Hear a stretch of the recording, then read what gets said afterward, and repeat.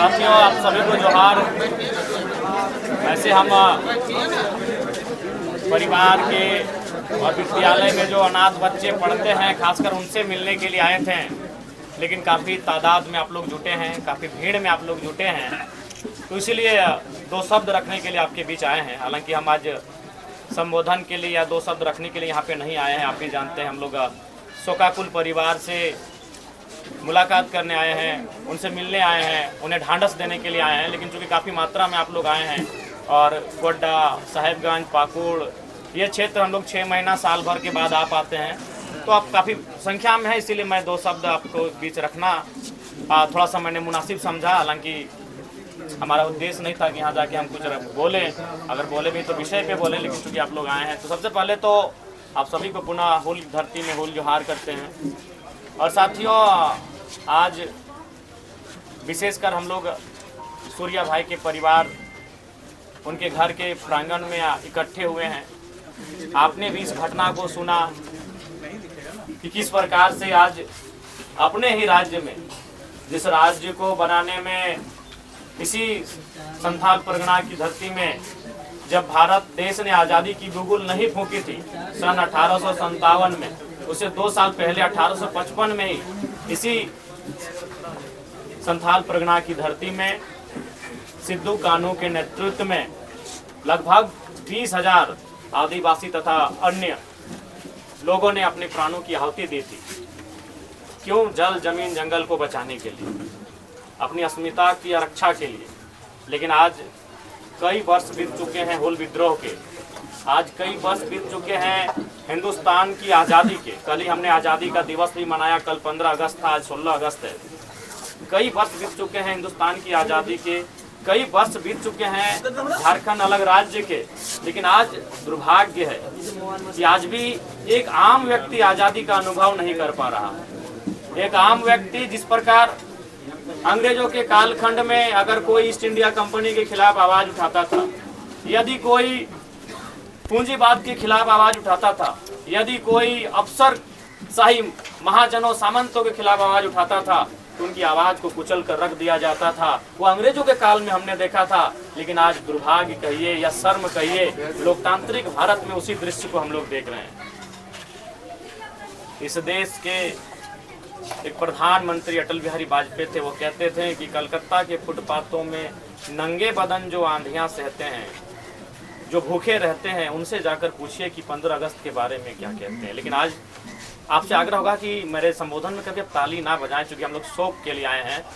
और नारा, किसी भी व्यक्तिगत नारा, खासकर किसी के नाम का जो जीवित है उसके नाम का नारा भी आप नहीं लगाएंगे। हमसे आपसे पहले आग्रह कर लेंगे, आपसे पहले हम आग्रह कर लेंगे, किसी प्रकार की तालियां ना बजाएंगे और किसी प्रकार कोई जीवित व्यक्ति का, चाहे मेरा ही क्यों ना हो, जीवित व्यक्ति का आप नारा नहीं लगाएंगे। क्योंकि हम लोग आज राज्य भी शोक का है, आज राज्य में 1 दिवस से छुट्टी भी है रामदास सोरेन जी के निधन के अवसर पर, दुखद घड़ी में, तो इसलिए आपसे आग्रह होगी। तो आज जो अटल बिहारी वाजपेयी का जो कथन था कि हम आज़ादी मना रहे हैं, हम झंडे का तोलन कर रहे हैं, झंडा तोलन कर रहे हैं, हम पूरे हर्ष उल्लास के साथ गीत गा रहे हैं, लेकिन असल में आज़ादी आज कहाँ है? आज जो अटल बिहारी वाजपेयी कहते थे अपनी कविता में कि कलकत्ता के फुटपाथों में नंगे बदन जो आंधियां सहते हैं, उनसे जाकर पूछो 15 अगस्त के बारे में क्या कहते हैं। आज वो सूर्या हंसदा के साथ जो इनकाउंटर हुआ है, वो अभी वही सवाल कर रहा है। उनके परिजनों से मिले, उनकी पत्नी से मिले, ठीक हमारे बगल में बैठी हैं उनकी पत्नी, उनकी माता बैठी हैं, उनके 2 भाई बैठे हैं। उन्होंने यही कहा कि जो हाल ही में एक माइंस में गोली कहीं चला था, उसी घटना को लेकर पुलिस दबाव बना रही थी सरेंडर करने को लेकर। एक बात जान लीजिए, अगर किसी माइंस में किसी कंपनी की घटना है, तो मैं कहूँगा आज आपके माध्यम से पूरे राज्य को सूर्या जैसे नौजवानों का समर्थन करना चाहिए। अगर ये किसी के साथ, किसी महिला के साथ दुर्व्यवहार की बात आती, किसी किसान के दूसरे साथ दुर्व्यवहार की बात आती, तो आप सूर्या भाई को गलत कह सकते थे, आप सूर्या को गलत कह सकते थे। लेकिन कंपनी का प्रसंग है तो आपको भी जान रहे हैं कि ईस्ट इंडिया कंपनी और आज की कंपनी में कोई अंतर नहीं है, केवल नाम बदला है। इसलिए अगर इनका सरेंडर करने का दबाव इसलिए था कि कोई माइंस से संबंधित मामला था, कोई कंपनी से संबंधित मामला था, चाहे वो पत्थर की खदान हो या कोयला की खदान हो, तो पूरे राज्य को, सूर्या को अपराधी की नज़र से नहीं, मेरे हिसाब से बागी की नज़र से आप देख सकते हैं, अपराधी की नज़र से नहीं देख सकते हैं। क्योंकि आज केवल आपका गोड्डा का ललमटिया ही परेशान नहीं है विस्थापन को लेकर। आज आपका गोड्डा का ललमटिया ही केवल परेशान नहीं है कंपनियों के आतंक को लेकर। हम धनबाद से आते हैं और हमसे बेहतर दर्द को कौन जानता है। धनबाद यानी देश की कोयला राजधानी, जहां हमने अपना जमीन दिया और आज हमारा ही लहू, आज हमारा ही रक्त बह रहा है उस धरती में। ये तो सूर्या ने आवाज़ भी उठाया, धनबाद में अब आवाज़ भी नहीं उठती है। अब समझौता हो जाता है, लाशें अवैध कोयला खदानों के नीचे दम तोड़ देती हैं और वो बाहर तक नहीं आती हैं। हम धनबाद से आते हैं, तो इसलिए अगर उनका सरेंडर करने का दबाव इसलिए पुलिस बना रही थी कि कोई कंपनी से विवाद था, तो मैं कहूँगा कि सूर्या को अपराधी की नज़र से नहीं, उसे बागी की नज़र से देखिए। क्योंकि कंपनी का क्या रूल है आज राज्य में, ये आपसे नहीं छुपा है। चाहे वो आपके संथाल परगना के पत्थर के खदान हो, चाहे हमारे धनबाद बोकारो के कोयला के खदान हो, या टाटा जमशेदपुर के उद्योग हो, हर एक जगह झारखंडियों का दमन हो रहा है, झारखंडियों का दोहन हो रहा है, झारखंडियों का शोषण हो रहा है, तो उसके खिलाफ हर कोई आवाज उठाएगा। आज एक सूर्य आया है, कल को न जाने कितने लोग आएंगे और ये कितनी गोलियां मारेंगे, ये तो भविष्य की बात है। हमें लगता है कि जिस दिन पूरे राज्य से आवाज उठी, इनकी गोलियां कम पड़ जाएंगी, इनकी गोलियां कम पड़ जाएंगी। और ये अस्मिता का सवाल है, ये इस राज्य की आदिवासी और यहाँ के मूलवासी की अस्मिता का सवाल है। ये राज्य आपका है। आज आप यहाँ मजदूरी की नौकरी के लिए तरस रहे हैं, आज आपके बच्चे सामान्य शिक्षा के लिए तरस रहे हैं, साधारण चिकित्सा के लिए आपके बच्चे तरस रहे हैं। आज क्या है आपके राज्य की स्थिति? आपके राज्य में क्या नहीं है? कोयला है, अभ्रक है, यूरेनियम है, क्रोमाइट है, ब्रोमाइट है, बॉक्साइट है, अनगिनत मिनरल्स हैं और उन्हीं मिनरल्स पर इनकी नजर है। अंग्रेजों ने जाते जाते पूरी दुनिया को बता दिया था कि झारखंड के हिस्से में जर्मनी के तर्ज पर बहुत सारे मिनरल्स हैं। बाकी जो देश जहां मिनरल्स का खजाना है, उसी तर्ज पर यहाँ खजाना है।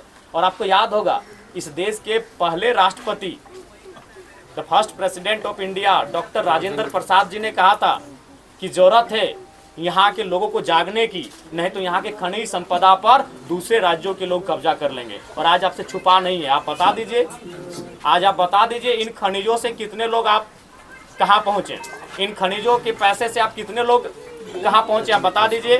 तो आज सूर्या की जो लड़ाई थी आप भी जानते हैं। हालांकि लोग अब कहने से डरेंगे क्योंकि पुलिस का मामला आया है, लेकिन हमें कहने से, बोलने से परहेज नहीं लगता है, ना ही डर लगता है, क्योंकि मैंने सारी चीज़ों का अध्ययन किया है। उनकी लड़ाई में जो दबाव था, वह माइंस, वह कंपनी थी, वह क्रेशर्स थे, वह पत्थर के खदान थे, वो कोयला के खदान थे, वो राजमहल, साहेबगंज और गोड्डा से गायब हो रहे पहाड़ हैं। तो हमें लगता है कि ये तो आने वाले दिनों में ऐसी आवाज तो हर एक जगह से निकलेगी। अभी आप जाके देखिए, विशेषकर आपका भी बड़का गांव एक हजारीबाग में क्षेत्र आता है, वहाँ लोग 100 नहीं 1000 दिनों से धरना में बैठे हैं। जो कोयला कंपनियां वहाँ काम कर रही है, जबरन जमीन लेना चाहती है, 2000-4000 रुपया डिसमिल जमीन का रेट है भाई, काहे देगा कोई। तो ये जो विषय जिसको लेकर आज आप सूर्या को देखें कि उनका इनकाउंटर तक किया कर दिया गया, यह विषय राज्य के हर एक क्षेत्र में है। लेकिन लोगों ने समझौता कर लिया है, लोगों ने कंप्रोमाइज कर लिया है कि जो हो रहा है होने दो, क्योंकि हम लड़ नहीं पा रहे हैं। लड़ इसलिए नहीं पा रहे हैं कि आपको भी मालूम है, आज सत्ता जिनके पास है, पुलिस जिनके पास है, सरकारें जिनके पास है, वह इस राज्य को चला रहे हैं। ये नाम के, मैं आपको बार बार कहूँगा, हेमंत बाबू लाख के हैं कि आदिवासी का बेटा है, आदिवासी की सरकार है, लेकिन ईमानदारी से कहिए चला कौन रहा है? आज यहाँ भारी संख्या में मैं चुकी, आप अनुभव करिए चला कौन रहा है इस राज्य को। आज नहीं, मैं यहीं, आप नाम किसी का, मैं चूंकि किसी का नाम जब सामने नहीं आया है और उसका जब जांच पड़ताल नहीं हुआ है, तो मैं नाम लिए बिना, आज मान के चलिए हेमंत दादा का सीट है बरहेट है ना, वो तो रांची में रहते हैं, लेकिन चला कौन रहा है? आज संथाल परगना को चला कौन रहा है? आज राज्य को चला कौन रहा है? आज इस राज्य को कौन चला रहा है? संथाल परगना को कौन चला रहा है? बरहेट को कौन चला रहा है? ये आपसे भी नहीं छुपा है। इसलिए आज ये जो घटना घटी, जिसने सवाल खड़े किए हैं, ये यही घटना है कि सूर्या वह शख्स था जो कंपनियों के गेट के बाहर खड़ा होकर कहता था कि आप काम सेकंड कीजिए, पहले एजुकेशन और हेल्थ की बात कीजिए। वो जाके कंपनी वालों से कहता था कि आप पहले हमारे गांव में स्कूल खोलिए, आप पहले हमारे गांव में अस्पताल खोलिए, फिर आप कंपनी का काम करिए, हम मना नहीं कर रहे हैं। ये आप भी जानते हैं। आज राजमहल की पहाड़ियों का क्या हश्र हुआ, ये आप भी जानते हैं। आज गोड्डा के जंगलों का क्या हश्र हो रहा है, ये आप भी जानते हैं। आज कोयला खनन के नाम पर क्या हश्र हुआ, ये आप भी जानते हैं। तो इसलिए ये बहुत सवाल खड़ा करता है। उनके शरीर को आपने देखा, अगर गोली लगी थी तो शरीर जला कैसे, और जला ऐसे है, आपको भी मालूम है, आपने भी कभी देखा हो किसी को अगर आग झुलसता है, गरम खाना, गरम दूध, गरम तेल अगर बॉडी में गिरता है या फिर कोई करंट लगता है तो जैसा बॉडी छिल जाता है वैसा छिला हुआ कैसे। बिल्कुल सवाल होता है। आपने भी उनके पार्थिव शरीर को मरने के बाद उनके शरीर को देखा होगा, या तो फोटो में या तो सामने आके। उस शरीर में जला हुआ निशान है, बहुत बड़ा दाग है जला हुआ। तो सवाल तो है, सवाल है, हाथ भी छिला गया। हाँ, तो वही वो जला हुआ निशान तभी आता है जब या तो उसमें गरम दूध गिरे, गरम तेल गिरे, गरम चाय गिरे, या तो आग से झुलस जाए या फिर करंट लगे, इलेक्ट्रिसिटी लगे। ये तो सवाल। दूसरी बात, तो मरा हुआ आदमी का एंटा। दूसरी बात, सीआरपीसी धारा 46 और धारा 49 कहती है, हालांकि नियम तो टोटली नहीं, लेकिन वो कहती है कि अगर कोई व्यक्ति जिसपे आपको संदेह है कि उसका पूर्व से किसी असामाजिक कार्य में गतिविधियां रही हैं, तो कम से कम उसका हाथ भी बांधा जाता है। हाथ तो बांधा नहीं था। अगर हाथ बांधा हुआ था तो आप तो ये बहाना भी नहीं बनाते कि बंदूक छीन के भाग रहा था। 46 और 49 के अनुसार हाथ बांधना भी है, यानी हाथ भी इनका नहीं बांधा गया। जिस जगह पे घटना घटी वहाँ कोई और घायल होने की सूचना तक नहीं है। अगर इनके साथी इन्हें छुड़ाने के लिए आए थे या फिर ऐसा कोई कृत्य हुआ था तो और कुछ घटनाएं जख्म की सामने आनी चाहिए थी, लेकिन ऐसा कुछ नहीं हुआ है। तो ये स्पष्ट है कहीं ना कहीं आज प्रशासन पर किसी का दबाव है। अब वो दबाव देने वाले कौन हैं ये मुझे नहीं मालूम है, वो जांच का विषय है। इसीलिए राज्य सीबीआई जांच की मांग करता है और हमें लगता है पूरा राज्य सूर्या हांसदा के इस इनकाउंटर पर सीबीआई जांच की मांग करता है। सीबीआई जांच हो, दूध का दूध पानी का पानी हो। अगर सीबीआई जांच से ये लगे कि हाँ सूर्या की असामाजिक गतिविधियों में सक्रियता थी तो परिवार भी अपने आप को सांत्वना दे लेंगे, क्योंकि हमने झारखंड के कई परिवारों को देखा है कि अगर उनके परिवार से कोई बेटा या बेटी अगर असामाजिक कार्यों में संलिप्त रहे हैं तो उन्होंने पार्थिव शरीर को लेने से बहुत बार मना कर दिया है। कई ऐसे बेटा बेटी का मैंने नाम पढ़ा है, मैंने देखा है कि अगर उनका गतिविधि असामाजिक कार्यों में रहा है तो वो खुद कहते हैं कि भाई जो हुआ अब उसके नियति में था, बिल्कुल लगा। लेकिन इसके पहले सीबीआई की जांच हो, अगर उससे लगे और उसमें अगर कोई दोषी पाए जाते हैं, चाहे पुलिस प्रशासन ही क्यों ना हो, उन पे कार्रवाई होनी चाहिए। आज क्योंकि हमने भी वीडियो में देखा जो डीएसपी साहब थे वो शायद वही रील वाले डीएसपी साहब है ना।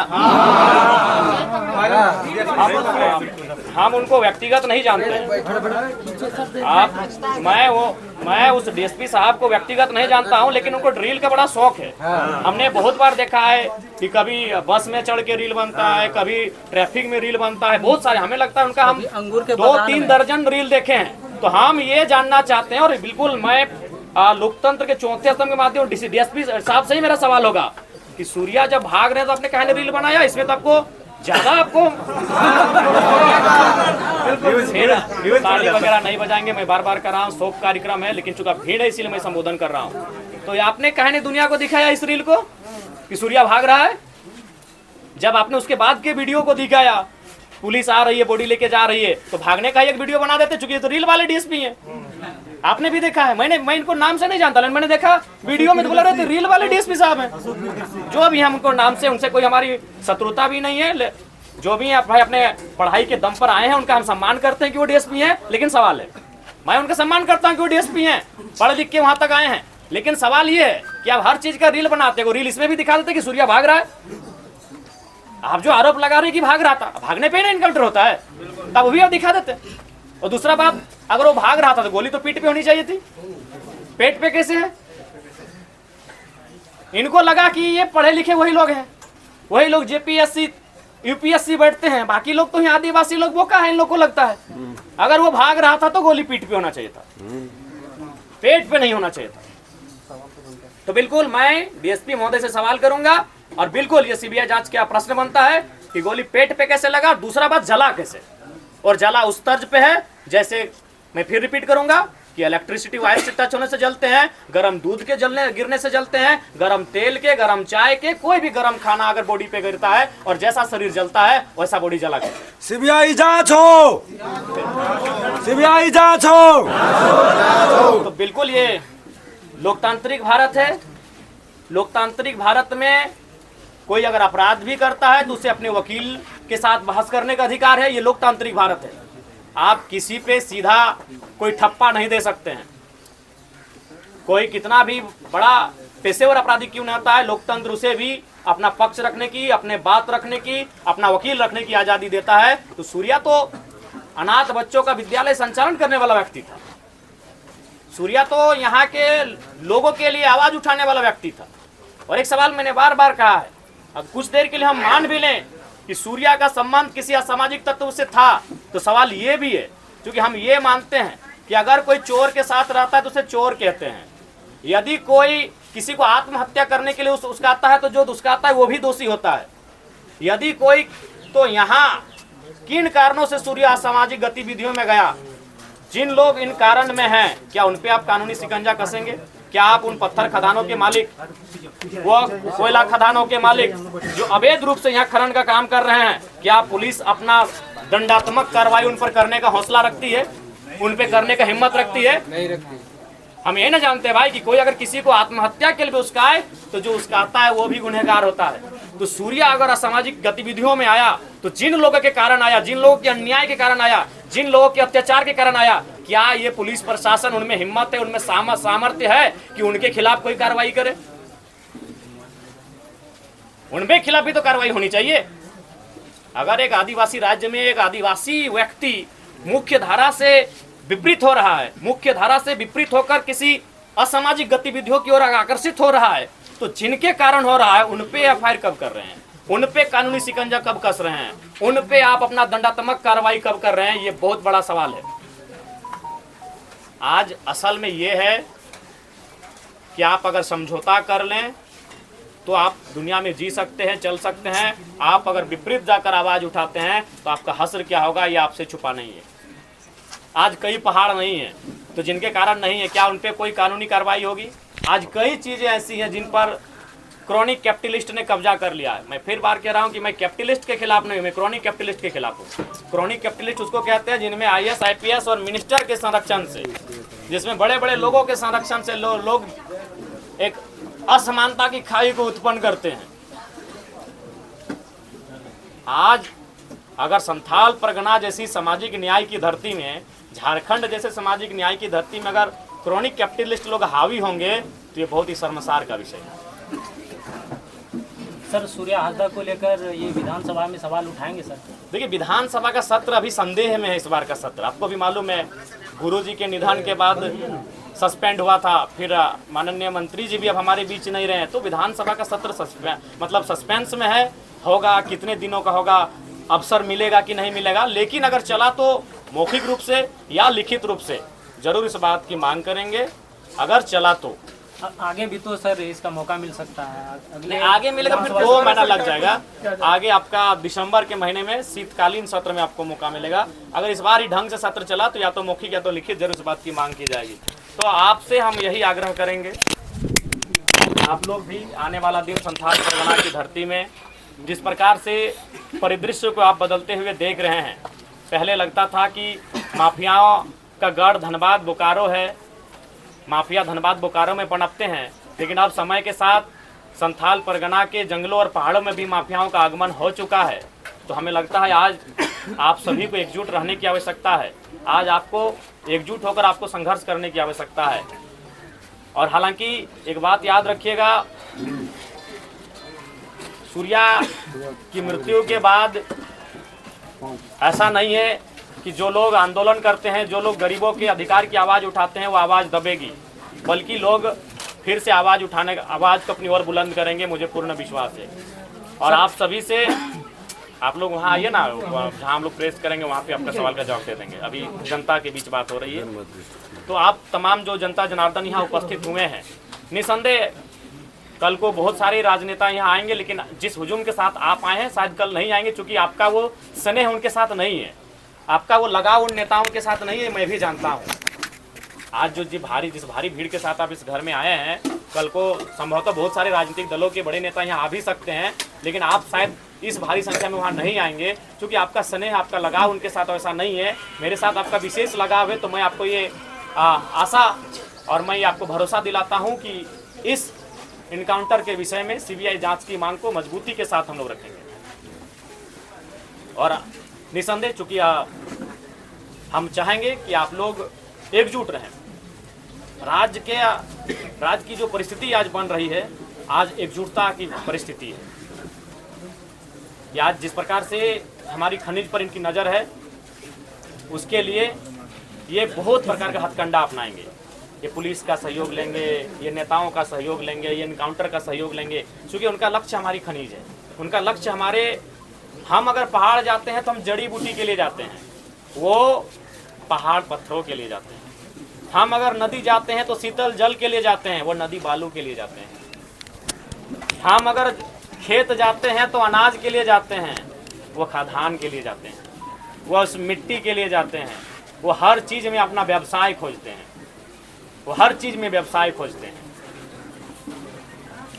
हम प्रकृति के साथ संतुलन बनाकर चलते हैं, हम जंगलों के साथ संतुलन बनाकर चलते हैं, हम जीव जंतुओं के साथ संतुलन बना के चलते हैं, हम नदी की धार के साथ संतुलन बना के चलते हैं, लेकिन वह हर जगह मुनाफा खोजते हैं। और आपको भी जानते हैं कि मुनाफा की जब बात आती है, इंसान को नहीं पहचानता। एक इंसान को भूल जाता है।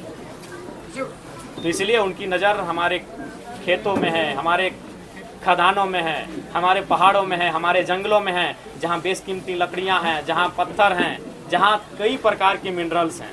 इसलिए आवाज़ अगर उठानी हो, बुलंद होकर एकजुट होकर उठाइए। हमने टुकड़ों टुकड़ों में आवाज़ उठाई है, हम टुकड़ों टुकड़ों में बटे हैं।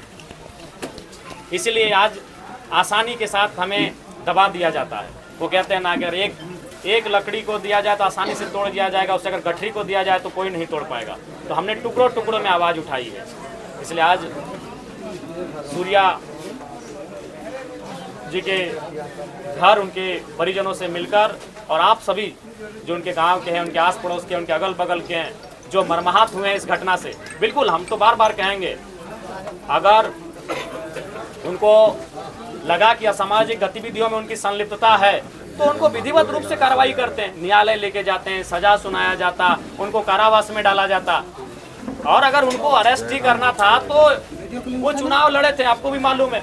तो चुनाव के टाइम तो सभी नेता अरेस्ट होते हैं, तो फिर उस समय काहे नहीं अरेस्ट किया गया। और दूसरी बात, वो सम्मानित जनता ने उनको वोट दिया है। 2 बार उनको 25-26 हज़ार के आसपास वोट मिला है, एक बार उनको 45 हज़ार के आसपास वोट मिला है। हालांकि इसी 60+ भी। यानी हमें तो लग रहा है कि अगर आज लोबिंदा अगर बीजेपी शिफ्ट नहीं करते तो हमें लगता है सूर्या भाई इस बार विधायक बन के चले जाते आराम से। तो वो एक जनप्रतिनिधि थे, और उसका अगर आप इनकाउंटर करेंगे तो भाई ये तो बड़ा सवाल क्यों नहीं करेगा। एक जनप्रतिनिधि थे, वो 4-5 बार चुनाव लड़ चुके थे, सम्मानित वोट ला चुके थे, 30,000, 40,000, 60,000 वोट लेकर आ रहे थे। तो इसीलिए हर कोई सवाल करेगा, हर कोई सवाल करेगा। अगर वो असामाजिक गतिविधियों में संलिप्त थे तो फिर चुनाव लड़ने से प्रतिबंध आपने क्यों नहीं किया? जब वो चुनाव का नॉमिनेशन भरने जाते थे तो क्यों नहीं उनको आपने डिटेन किया, अरेस्ट किया? भाई आप उनको चुनाव भी लड़ने दे रहे हैं, वो सम्मानजनक वोट भी लेकर आ रहा है, और आप फिर उनका सरेंडर करने का दबाव बनाते हैं, और आप जाके उसको गोपनीय तरीके से इनकाउंटर कर देते हैं। तो सवाल तो बनता है, इस सवाल का जवाब पुलिस प्रशासन को देना होगा, और इसके लिए पूरे राज्य को आवश्यकता है सीबीआई जांच की मांग को बुलंद करे। और मैं भी एक विधायक होने के नाते इस बात को लेकर आपको आश्वस्त करता हूं, सीबीआई जांच की मांग को पुरजोर तरीके से मैं रखूंगा, पुरजोर तरीके से उठाऊंगा, इसकी जांच होनी ही चाहिए। प्रशासन की नजरिया को किस तरह से देखते हैं सर आप? देखिए, प्रशासन, मैं बार बार कहता हूं, मैं प्रशासन जैसा मैंने अध्ययन किया, प्रशासन हेल्पलेस चीज है। मैं कभी प्रशासन पर तो अब मुझे तरस आता है कि काहे वो शपथ लेते हैं, काहे वो दम भरते हैं IAS IPS का। क्योंकि आज के टाइम में भी अगर युवाओं का अगर नौकरी की बात करें, क्रिकेट और हीरो लोग को हटा दे तो IAS IPS को आज भी वो मॉडल मानते हैं। लेकिन आज परिस्थिति क्या है, वो किसी के इशारे पे चलते हैं, चाहे वो कोई पूंजीपति हो, चाहे वो कोई नेता हो, चाहे कोई मंत्री हो, कोई या फिर कोई रसूखदार व्यक्ति हो। ये किसी के दबाव में है। यही जांच का विषय है, किसके दबाव में है। बिल्कुल प्रशासन पूरी तरह से दबाव में है, और ये किसके दबाव में, यही जांच का विषय है। क्योंकि आप इस प्रकार से एक आदिवासियत की आवाज को, शोषित वंचितों की आवाज को अगर धराशायी कर देंगे तो बहुत ही दुर्भाग्य का विषय है। राज्य की जनता चुप नहीं रहेगी, राज्य के आवाम चुप नहीं रहेंगे, वो सवाल करेंगे और बिल्कुल एक साथ गोलबंद होकर CBI जांच की मांग करेंगे। और आने वाले दिनों में बिल्कुल वो कटघरे में होंगे और उनको सवाल का अपना जवाब भी देना होगा कि किन परिस्थितियों में आपने ये कृत्य को अंजाम दिया है। तो आप सभी से आग्रह है कि आप लोग भी एकजुटता के साथ रहें। देखिए, अब तो लोबिन दादा का भी बयान हम सुन रहे थे भाई, वो भी कह रहे कि हमको डर लगता है कि हम भी कई बार अवैध पत्थर खदानों, माइंस इत्यादि पर आवाज उठाए हैं। तो सोच सकते हैं आज संथाल परगना की स्थिति क्या है। लोबिन हेम्ब्रम जैसा शख्स जो कई बार विधायक रहे, आधा दर्जन के आसपास, अगर वो शख्स भय महसूस कर रहा है तो आम नौजवान कैसा महसूस करेगा।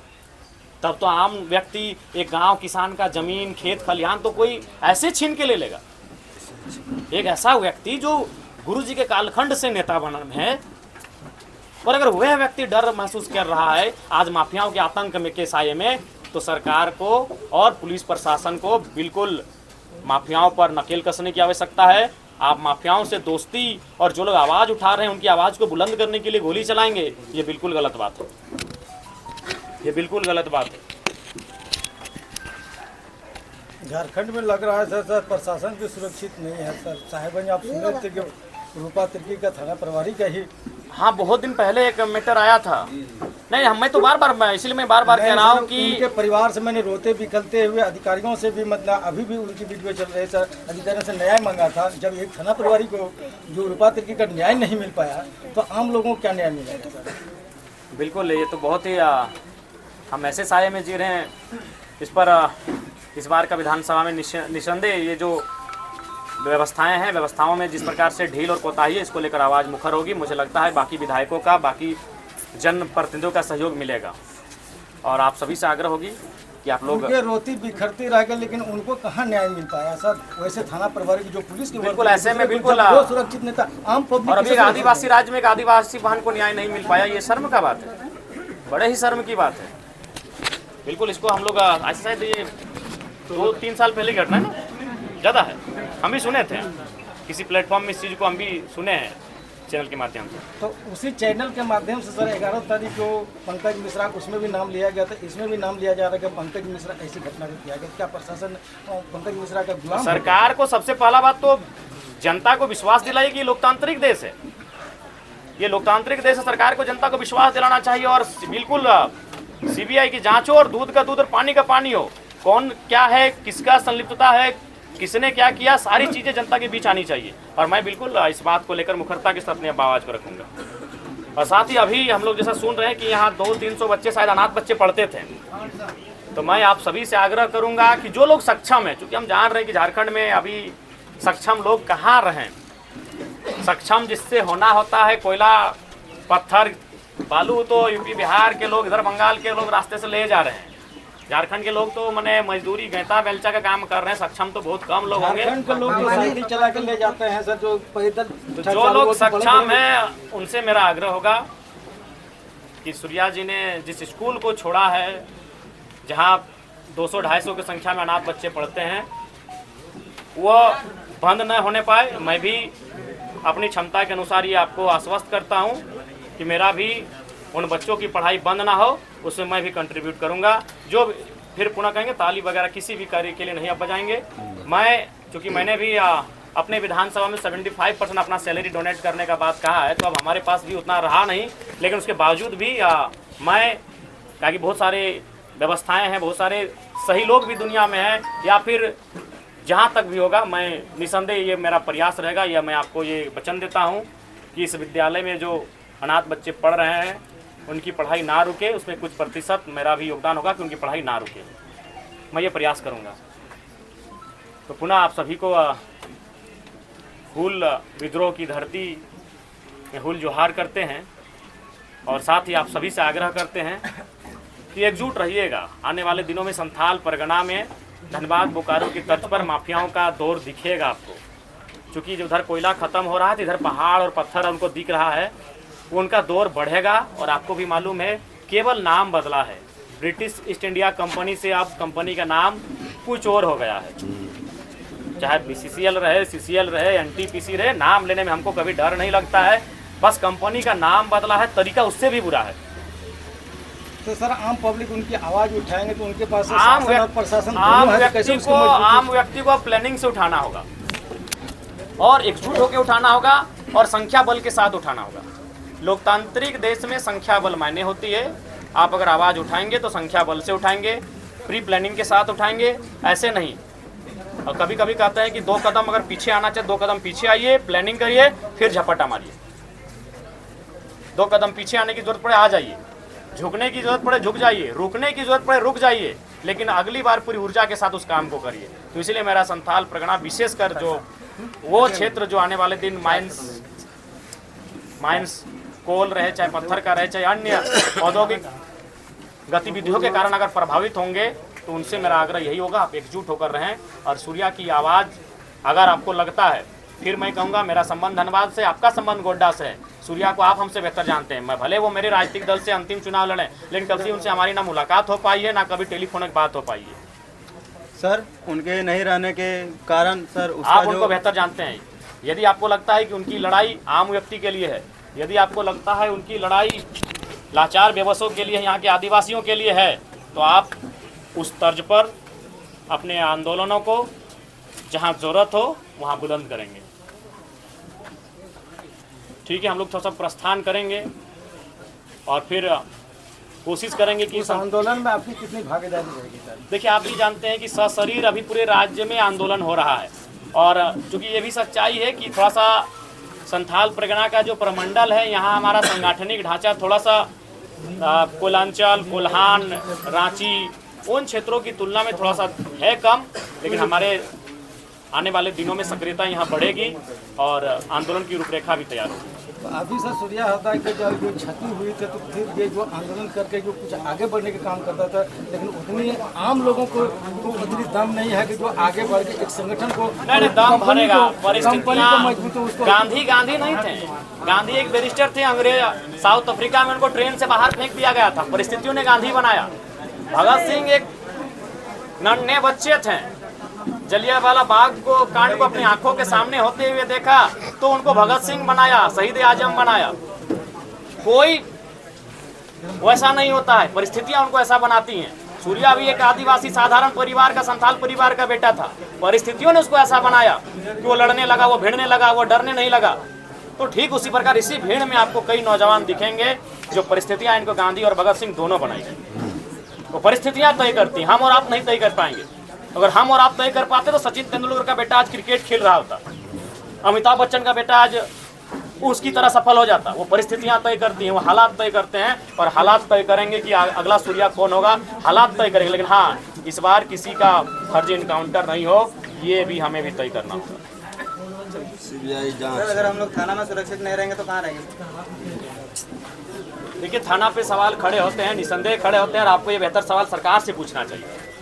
अगर हम आपको कुछ जवाब भी दे देंगे तो वो जवाब निराधार हो जाएगा। हम एक विधायक हैं और एक विधायक के प्रोटोकॉल से आपके क्षेत्र को हम कंट्रोल नहीं कर सकते हैं, आपके थाना को हम कंट्रोल नहीं कर सकते। हम सवाल कर सकते हैं, हम विधानसभा में तारांकित सवाल कर सकते हैं, लेकिन नियंत्रण सरकार करेगी। इसलिए बेहतर है जितने भी मीडिया आज आपके अंदर जितने भी आक्रोश हैं, जितने तीखे सवाल हैं, सत्ता पक्ष से पूछिए, सरकार से पूछिए, क्योंकि सरकार के मुख्यमंत्री यहाँ से चुनाव जीत के जाते हैं, उनके भाई यहाँ से चुनाव जीत कर जाते हैं। तो ये तीखे सवाल बिल्कुल उनसे पूछिए, क्योंकि हम अगर आपको आश्वासन दे भी दें थाना की सुरक्षा का, ब्लॉक की सुरक्षा का, तो विधायक का प्रोटोकॉल ही नहीं बनता है। वो हम आवाज आपको उठा सकते हैं कि अमुक ब्लॉक में गड़बड़ियां हो रही हैं, इस पे कार्रवाई की जाए, लेकिन कार्रवाई करना सरकार का काम होता है। इसको आप भी जानते हैं। इसलिए आपके जो तीखे सवाल हैं बिल्कुल और तीखा करिए और पैना करिए और सरकार से पूछिए ये सवाल।